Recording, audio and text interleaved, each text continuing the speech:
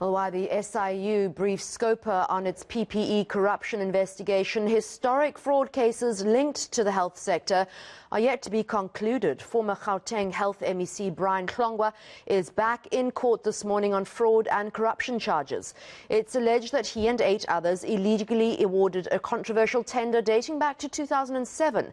The former MEC also allegedly received kickbacks, including a R7 million house for facilitating the contract.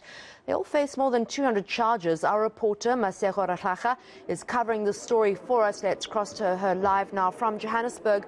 Masego, thank you for joining us. Why has this case been dragging on? Well, it's the first time that this case has actually come to the court. Remember, the SIU report found that between 2006 and 2009, the former MEC, Hlongwa of Health in Gauteng, had been getting kickbacks from a tender or tenders that were awarded to his friend, Richard Payne, who owns a company called CP Consulting.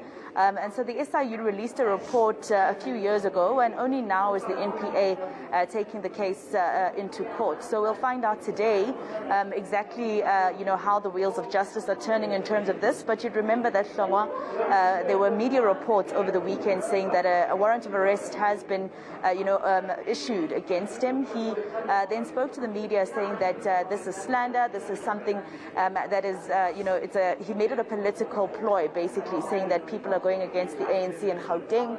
And then recently over the weekend, once finding out that there has been a warrant of arrest issued for him, he was telling the media that he actually feels disrespected by the NPA because they didn't even let him know that he would need to appear in court today.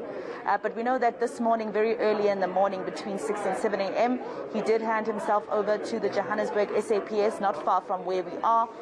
He handed himself over. We didn't get to see him as the media. It seems he got inside through the back door. So there are 9 accused in this case. In total, it's about 15, but 9 actual physical human beings, and the rest of it is basically charges that have been leveled against companies that were awarded tenders, and Hlongwa allegedly received kickbacks from those tenders, gifts, for instance, that the SIU says in its report he didn't declare to his bosses that he received. So we'll find out today exactly how far the National Prosecuting Authority is with the case, but we did receive also a media statement from the Hawks telling us about this particular case. They believe that it's a strong case and that there should be some positive results in terms of prosecution and conviction. Masego, let me reframe the question a little better. I think what I wanted to find out was, why has this case, to your knowledge, taken almost 14 years to get to court? So the Special Investigating Unit only started investigating this after those 14 years. It was only a few years ago when they were given the green light to investigate the case.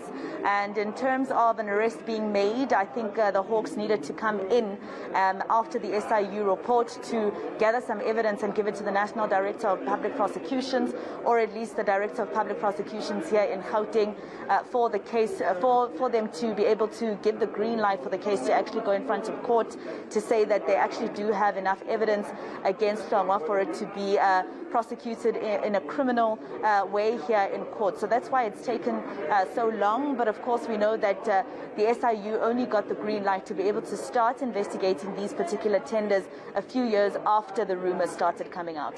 All right, Masego Rahlaga there. We will catch up with you later.